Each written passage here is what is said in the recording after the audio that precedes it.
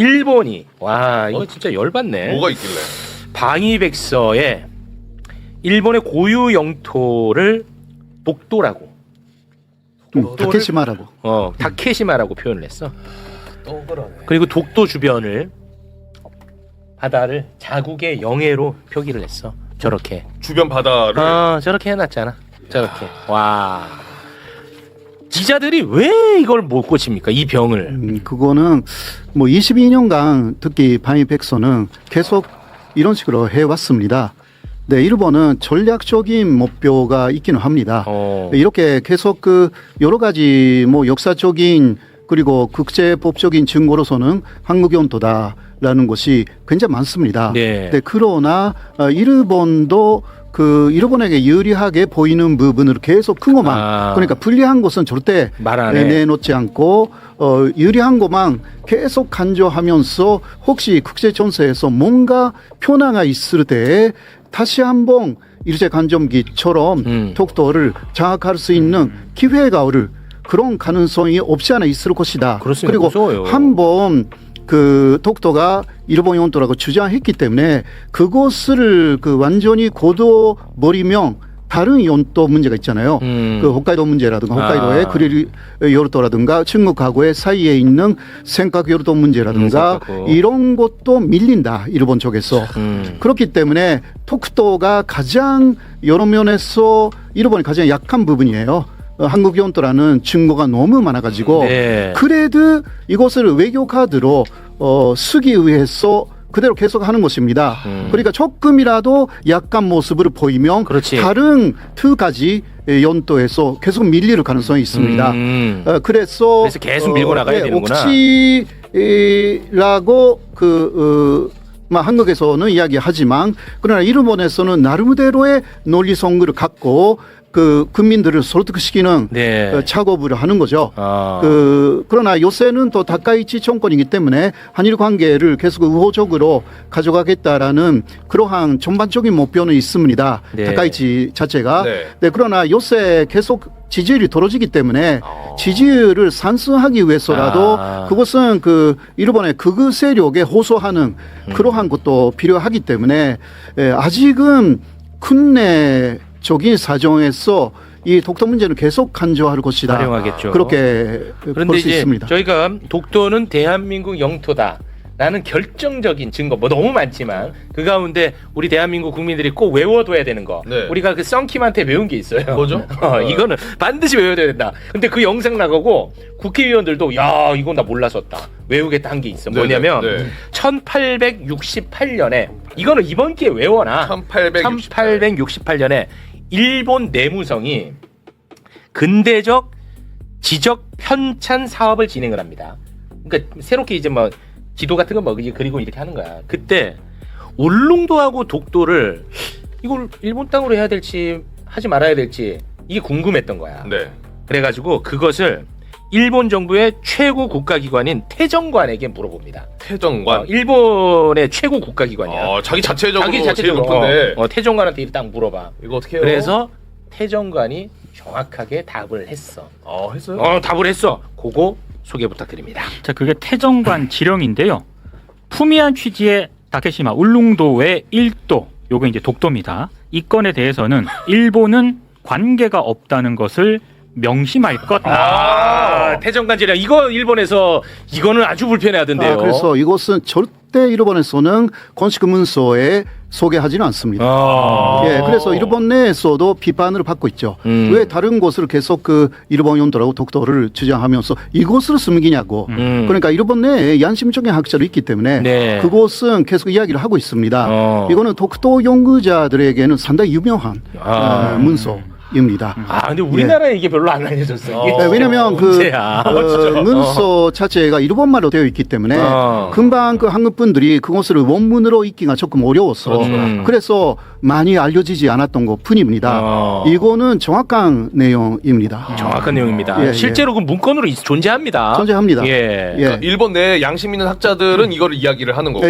이야기를 하고요. 그리고 여기에 약토가 붙어 있어가지고 그 약토 그러니까 울릉도 외1도인데 그 외1도가 독도라고 정확하게 약도로 그려져 있어가지고 그 약도 때문에 이곳을 비밀 문서로 해버렸어요. 아베 신조가. 예. 너무 명확한 증거니까. 예. 너무 이거 뭐 빼박이잖아. 지들끼리 한 거잖아. 최고 진짜 국가기관 빼박이네. 태정관. 예. 그리고 그 전에 이게 지금 일본의 명치우 유신이 예. 등장하면서 이걸 맞습니다. 근대화할 때 전체를 정비해야 되잖아요. 그렇습니다. 그 전체를 정비하면서 영토를 최종 확정하는 그렇지. 그 과정에서 최종 명령서예요. 저건 그냥 그렇죠. 단순한 그 공식 문서가 아니라는 그렇습니다. 거예요. 근대 시점에서 근대 네. 국가를 할 때 자기의 영토를 경계를 짓는데 그걸 뺐다는 겁니다. 자기 아니라고 얘기한 겁니다. 이게 굉장히 중요한 거예요. 그러니까 엄청난 또 공식적인. 조건 말씀드리면 대종관 치료문에 대종관이라는 것은 지금은 없고요. 지금은 그러나 현재로 말하면 그 내각부라고 할 수가 있습니다. 네. 내무- 근데 그 내무부? 중심 내각부. 내각부. 예. 그리고 그 중심자는 촌리였습니다. 일본 촌리. 총리. 예. 그러니까 일본 촌리가 이 문서에 사인한 그러한 내용도 다 있습니다. 빼박이네. 빼박이야 이거는. 뭐 우리가 주장하긴 했어. 뭘 했어. 지들끼리 이거 아니라고 했잖아. 그러니까. 됐지? 예. 근데 이거는 저는 진짜 좀 걱정이 되더라고요. 저희가 지금 일본 방위백수 다루고 있잖아요. 네.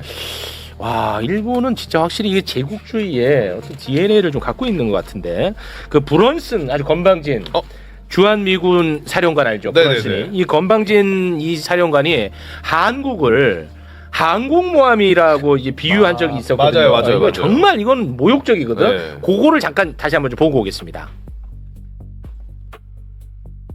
At night, from a satellite image, the Republic of Korea looks like an island, or like a fixed aircraft carrier floating in the water between Japan and mainland China. 이거 완전히 그 건방진 말이거든. 그리고 나서 자신의 SNS에 한반도 지도를 이렇게 거꾸로 해놓은 거를 이렇게 올려놓은 거야. 지도를 이렇게 거꾸로 해놓은 거야. 그런 다음에 이놈이 관점이 바뀌면 지리적 의미도 달라진다 하면서 우리를 마치 그냥 항공모함처럼 중국을 견제하는 항공모함쯤으로 생각을 하고 있다고. 네. 근데 무서운 건 뭐냐면 이번에 일본 방위백서를 봤더니 지도를 거꾸로 해놨더만. 맞습니다. 네, 뒤집었습니다. 저렇게 뒤집었어요. 일본도 뒤집었습니다. 저렇게 싫은 거예요? 뒤집어서. 나 이거 이제 이거 소름 끼치던데. 이거는 우리 저기 어떻게 할 거예요 이거? 그러니까 핵심은 정확하게 대중국 견제에 네. 한미일 협력에서 일본이 정확하게 미국하고 궤를 같이 하겠다는 그런 뜻인 거죠. 그러니까 굉장히 지금 대중국 견제가 그 미국의 가장 큰 목표인데 거기에 있다 보면 여러 가지 국가 이익이라는 게 사실상 있지 않습니까? 네. 이런 것들과 상관없이 자기네들은 미국한테 붙어서 사실 공격 능력을 지금 일본이 갖고 싶어 합니다. 이 공격 능력을 갖겠다라는 차원에서 얘기하고 있는 겁니다. 이번 방위백서에 가장 크게 제가 보여지는 것이 네. 연내에 3대 안보 문서를 개정하겠다는 게 들어가 있습니다. 3대 안보 그게 문서. 뭐냐면 국가 안보 전략, 국가 방위 전략, 방위력 정비 계획인데 2022년에 이 3대 문서가 개정을 했을 때 뭐가 들어갔었냐면 반격 능력이라는 게 들어갑니다. 이 반격 능력이 이제 일본은 오로지 방어만 할 수 있는데 네. 자기네들 공격받으면 반격을 하겠다라는 그 표현이 들어가면서 일본이 샀던 게 토마호크 400발을 미국에서 사왔습니다. 그래서 요번에 이번 달에 그것을 시험 발사를 했는데 이 토마호크 미사일을 아무한테 파는 그런 미사일이 아닌 것을 일본한테 팔았습니다. 그 다음에 반격 능력 때문에 해병대를 창설했습니다. 일본이. 수륙 양용 기동 여단이라고. 그래서 이 부대를 호주에 지금 훈련을 시키고 있습니다. 또 반격할 수 있는 능력 확보했는데 이 방위백서에 지금 지도를 뒤로 돌렸지 않습니까? 네. 그리고 더욱 대중국 견제에 들어가겠다고 얘기를 하고 올해 내 연대 안보 문서를 개정하겠다고 하고 있어서 네. 이 문서에 그럼 과연 뭐가 담길 거냐. 결국 대중국 견제를 하면서 자기네들이 공격 능력을 갖겠다는 게 담길 겁니다. 그러면서 더 중요한 게 고이즈미 방위상이 그 여태까지 일본이 가져왔던 비핵 3원칙이 있습니다. 그게 핵을 보유하지 않고 생산하지 않고 반입하지 않는다. 요거였는데 이것도 재검토할 수 있다는 거죠. 일본이요? 예, 일본이. 큰일 났다니까. 그러니까 이런 것에 이제 미국의 입장을 확실히 알고 있는 상태에서 이번에 방위백서는 안보문서 개정의 전초전인데 이러한 지도를 내놨다는 것은 아마 이번에 나오는 안보문서는 굉장히 공격적일 것이다. 그래서 이게 지금 사실 심각한데요. 일단 독도 문제 잠깐 언급하면 이게 약간 약속대련처럼 됐습니다. 뭐냐 하면 일본은 저렇게 당연히 하고 한국은 초치해가지고 그냥 마무리되네요. 대사를 초치해가서 마무리되거든요. 적어도 이재명 정부면 다음에 뭐냐면 이게 다음은 정식으로 경고하는 거고요. 그 다음 뭐냐면 우리 대사를 일본에서 다시 소환하는 겁니다. 일시 소환하는 겁니다. 저는 그 정도로 가야 된다고 생각해요. 근데 지금 약속대련처럼 일본은 그러면 한국이 그렇게 그냥 대사 초치해가지고 항의하는 것처럼 약간 약속대 짜고 치는 것처럼 돼버렸어요. 일상처럼. 보기에 그렇게 보인다는 거예요. 그렇죠. 결과론적으로. 결과는 좀 아니, 근데 이번에 아무도 안 바꾸는 거잖아요. 외교부에서는 강하게 항의했던. 아니 일단 그 얘기를 하고요. 그 다음에 지금 말씀은 굉장히 중요한 말씀을 하셨는데 지금 일본은 이게 사실은 캠프 데이비드의 윤석열이 만든 것의 연장입니다. 그리고 말이 반격 능력이지 반격 능력이라면 어떻게 되게 보이면 이게 참 우리가 말하는 전략적 유연성이나 현대 동맹 현대화처럼 아주 가정스러운 용어예요. 뭐냐 하면 예를 들어서 북한이나 중국이 그러니까 실제로 때려서 반격하는 게 아니고요. 때릴 것 같아서. 때릴 것 같아도 때릴 수 있습니다. 그러니까. 선제 공격할 수 있는 말장난이지. 그리고 위험하다니까. 일본이 항상 원했던 게 자위대라는 걸 하고 군대를 하지 않기 때문에 미사일 전력이 일본이 극도로 약합니다. 너무 잘 아시겠지만 미사일은 공격용 무기이기 때문에 일본의 자위대 시스템과는 안 맞아서 굉장히 그래서 북한의 미사일을 훨씬 더 두려워했던 건데 그거를 캠프 데이비드 이후에 그리고 지금 말씀하신 그 국방 문서를 바꾸면서 반격 능력을 확보했고요. 그 다음에 실제로 미국한테 거의 1000기의 미사일이 지금 들어가게 되거든요. 그리고 또 심각한 게 뭐냐면 불안성과 지금 짝짝꿍이 돼서 또 동시에 할 사람이 바로 미셀 스트리팍이에요. 오기 전에 뭐라 그랬습니까? 한미일 동맹, 한미일의 군사 협력이 필요하다고 얘기하고 있어서 큰일 났네. 이 두 사람이 와가지고 무슨 얘기를 할지 모릅니다. 정말 중요한 것이 주한미군 사령관이 올해 2월에 계속 말씀드리는 서해에 주한미군 전투기가 출격해갖고 중국 전투기하고 대치한 적이 있어요. 그렇습니다. 우리한테 말도 안 하고. 그 이후부터 계속 주한미군 사령관은 한국이 단검이라고도 얘기하고. 맞아요. 그다음에 킬웹이라고 해서 이것을 일본과 필리핀과 다 대만하고 묶어야 된다고 얘기를 하는데 우리는 사실 연루의 위험, 우리가 원하지 않았을 때 그러한 전쟁에 휘말리는 것이 사실 우려되기 때문에 굉장히 지금 주저하고 있는 면이 있는데 그렇습니다. 일본은 이런 지도와 이런 문서로 인해서 자기네들은 들어가겠다고 얘기를 해요. 그러니까 이것이 이제 우리만 사실상 고립될 수 있는 상황이 막 돼가고 있어서 큰일 났어. 굉장히 3대 문서가 나오고 나면 이 지각 변동이 있을 가능성이 있다라는. 근데 이게 외교적으로 참 어렵습니다. 맞습니다. 예. 이게 제가 이번에 낸 책인데요. 극우의 신화 일본. 예, 그리고 또 하나의 부제가 숨길 수 없는 전쟁 본능. 숨길 수 없는 전쟁 본능. 그렇지. 그 정확합니다. 예, 네, 일본의 극우라는 것은 45년 이후는 미국한테 패했기 때문에 미국하고 싸워야 된다라는 게 기본이었어요. 다시 한번. 그러나 그거는 실제적으로 불가능하기 때문에 그렇죠. 오히려 미국하고 함께 싸우자. 그렇게 해서 미국하고 함께 싸우면 이길 수 있다. 그래서 패배한 열등감을 오히려 그렇게 해서 씻어내겠다. 그게 극우의 하나의 이념화가 되어 있습니다. 그래서 다카이치가 대만 유사시 8월이라든가 그런 거 하는 것은 배경에 그러한 뭔가 있으면 조금이라도 싸우자. 그러니까 적이 필요하다. 그렇지. 중국 같은. 예. 그게 있기 때문에 어딘가에서 부딪혀도 미국이 패후에서 반드시 일본을 위해서 움직일 것이다. 조금이라도. 우리는 움직이지 않을 것이다. 그런 시각도 있지만, 네, 이번에는 더, 다른 이야기지만, 미일의, 그런, 경제적인 개입까지 했지 않습니까? 그 얘기 그럼 자연스럽게 하겠습니다. 예. 이게 지금 상황이 좀 안 좋은 게 미국하고 일본이 아주 지금 밀착하고 있습니다. 이 얘기로 바로 좀 넘어가도 되겠죠? 예, 시간이 좀 없어서. 먼저 가셔야 되니까 왜냐하면 좀 한 가지 더 하고 괜찮으시면 시간이 그림을 표지를 한번 봐야 됩니다. 일본이 얼마나 가정스러운가. 저게 지금 국방백서의 표지입니다. 뭐예요? 일본 애니메이션 만화 커버 같지 않습니까? 저게 국방백서입니다. 그러니까 주로 군인 나오고 무기 나오고 하는 거잖아요. 처음으로 저렇게 해가지고 저게 그걸 숨기랑 그냥 가면처럼 저는 느껴집니다. 그래요. 그리고 뭐라 그러냐면 지금 여기서 또 중요한 부분이 뭐냐면 일본 국민한테 국방 투자를 해야 경제가 좋아진다고 해요. 그래서 저걸로 바꿔서 우리가 무기를 생산하는 게 결국 국민 경제로 이익으로 돌아간다고 지금 그 담론을 만들고 있습니다. 참 이게 어렵다 외교적으로. 한마디만 더 하면 큰일이다. 이 중국의 움직임이 심상치 않습니다. 이게 문제가 저렇게 일본이 자꾸 이제 더 궁극화되고 무기를 사다 보니까 중국은 여기를 뚫어야 되는 겁니다. 그러다 보니까 7월 달에 핵 추진 잠수, 핵 잠수함에서 SLBM을 1만 킬로 날아가는 미사일을 시험 발사를 했습니다. 그 다음에 지금 중국군이 훈련을 어디서 하고 있냐면 예전에는 이렇게 일본 열도 안쪽에서 자기네 쪽에 붙어서 했던 것을 아예 그 오키나와를 지나가지고 일본 열도 밑으로 들어와서 거기서 훈련한 겁니다. 심지어 러시아하고 연합해군이 만들어져서 훈련을 거기 하는 겁니다. 왜냐하면 거기서 해야 지금 미리 설정한 제일 돌연선이라고 이 선은 절대 넘지 말라고 했던 선을 일부러 계속 넘어가는 겁니다. 그러니까 이게 무슨 넘어가서. 얘기냐면 일본 열도 밑에가 이제는 남중국해에서 아예 분쟁 지역처럼 올라오고 있는 상황에서 일본은 군사력을 계속 강화해 나갈 것이고 중국은 그것을 용납하지 못하기 때문에 여기서의 계속 분쟁이 연루될 것이다. 이런 문제가 발생합니다. 이번에 중국이 그래서 굉장히 강력하게 반발합니다. 이번 방위백서 관련해서 중국은 굉장히 화가 났고요. 오히려 주변 안보 위기나 중국 위협론을 과장해서 일본의 군국주의 부활을 정당화한다고 얘기를 하고 있고요. 중국이 날카롭네. 예리하네. 좀 그렇게 얘기를 하고 있습니다. 중국은 이 대만 얘기 또 했고요. 저기 백서 속에. 또 대만 주변에서 중국의 지금 말씀하신 군사 활동이 너무 많아지고 있다. 그다음에 중국은 군사력을 배경으로 힘이나 위협에 의한 일방적 현상 변경을 시도하고 있다. 그리고 북중러 얘기하면서 한미를 묶으려고. 이 갈등을 엄청 키워가고 있는데 우리가 이제 그 사이에서 그러니까 이 진영되면 우리가 제일 나빠. 제일 전초기지가 되는 거예요. 이게 제일 나쁜 지형이야. 그리고 우리가 좀 더 알아야 되는 것은 그 대만 바로 옆에 생각교류도가 있습니다. 네. 그 2012년에 이미 그 중국은 생각교류도 뭐 일본이 지금 시료 지배하고 있지 않습니까? 네. 그러나 생각교류도를 완전히 중국 것으로 하는 것이 중국의 핵심적인 이익이라고 선포했기 때문에 반드시 하거든요.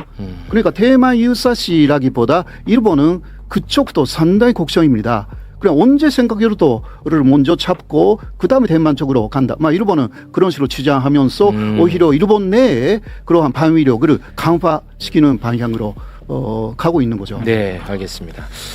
자, 그러면 이 얘기 해보겠습니다. 일본 그 엔화 가치가 엄청 떨어지는 건 다들 알고 있죠. 맞아요. 네. 엄청나게 지금 뭐 엔화 가치가 떨어지고 있는데 엔화 가치가 이제 떨어지자 미국과 일본이 공동 대응에 나섰습니다. 네, 소개 부탁드립니다. 네, 일본 재무상이 이런 입장을 내놓았습니다. 지난달 31일 미국과 일본 정부가 공동으로 엔화 매수 개입을 실시했다. 최근 나타난 엔화의 과도한 변동과 무질서한 움직임에 대처한 것이다. 미국과 긴밀한 소통을 유지하면서 앞으로의 추가 공동 개입에도 주저하지 않겠다. 이걸 어떻게 봐야 됩니까? 사실 그 미국 쪽에서는 이것은 일본에 대한 우정이다. 트럼프가 그렇게 얘기했더라고요. 예, 그런 식으로 이야기를 했는데 네. 사실상 그 미국 쪽에서도 계속 그 엔조잖아요. 네. 엔조가 되면 그 일본 쪽에서 미국의 그 채권을 바라버릴 가능성이 있다. 그러니까 그것을 상당히 경계하고 있습니다.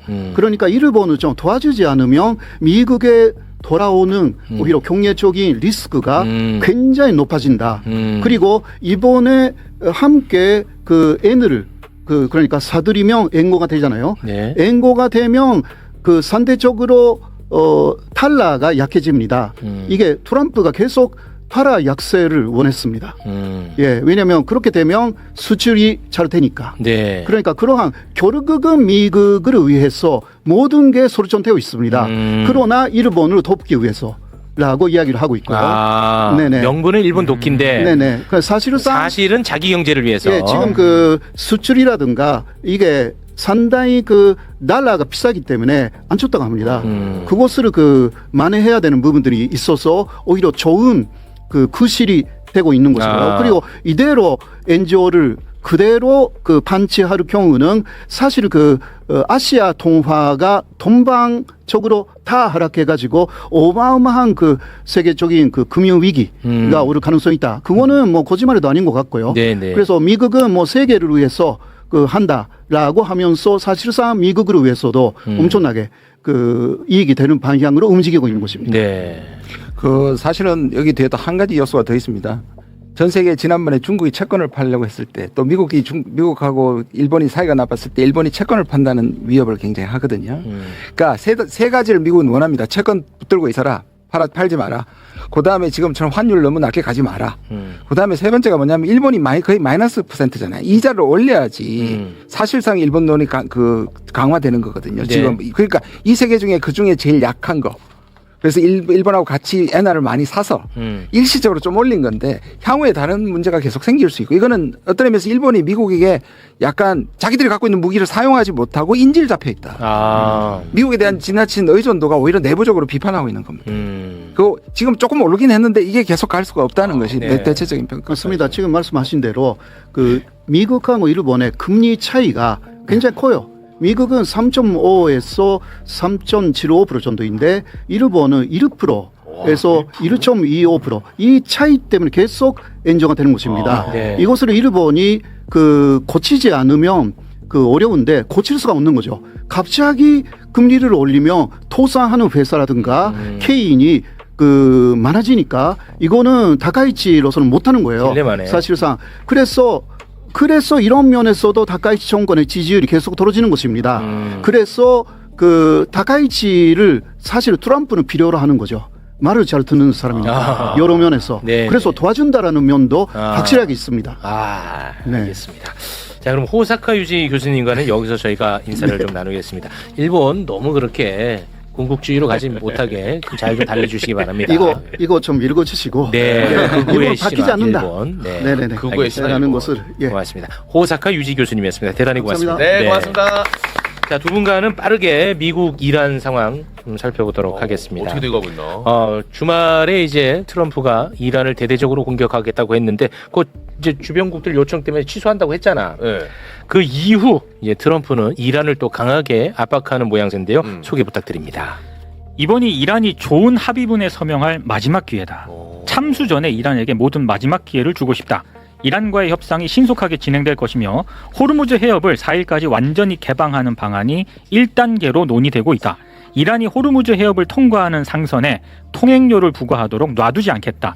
이란의 비핵화가 협의될 것이지만 이 부분은 시일이 좀 걸릴 것이다. 뭔가 이게 좀 되는 분위기야 보니까. 네. 아직까지 약간 식순에 의해 다시 가는 듯한 느낌인데. 이게 뭔가 이거는 뭔가 좀 되는 분위기야. 지금 뭐 주중에는 경고하고 주말에는 풀고. 호르무즈 해협 관련해 가지고는 아주 빠르게 뭔가 해결할 것 같이 얘기를 했잖아요. 네. 저게 뭐냐? 그리고 통행료는 내가 허용하지 않겠다 이런 얘기했잖아요.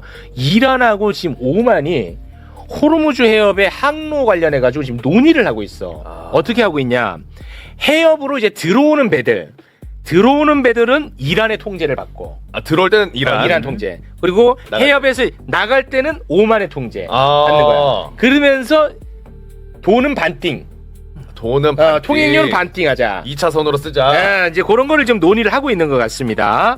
자, 관련해서 이란 외무부 대변인 발언 한번 좀 들어볼까요? 네, 호르무즈 해협의 두 연안국 간 논의를 이어가고 있다. 논의는 이 수역을 오가는 선박들을 위한 안전한 항로를 확정하는 데 초점을 맞추고 있다.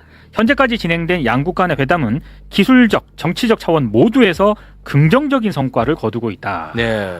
근데 이게 뭔가 좀 지금 현상에 변경이 생긴 것 같은 게 지금 호르무즈 해협에 아무도 못 다니게 하려고 기뢰 막 뿌려놨죠. 네.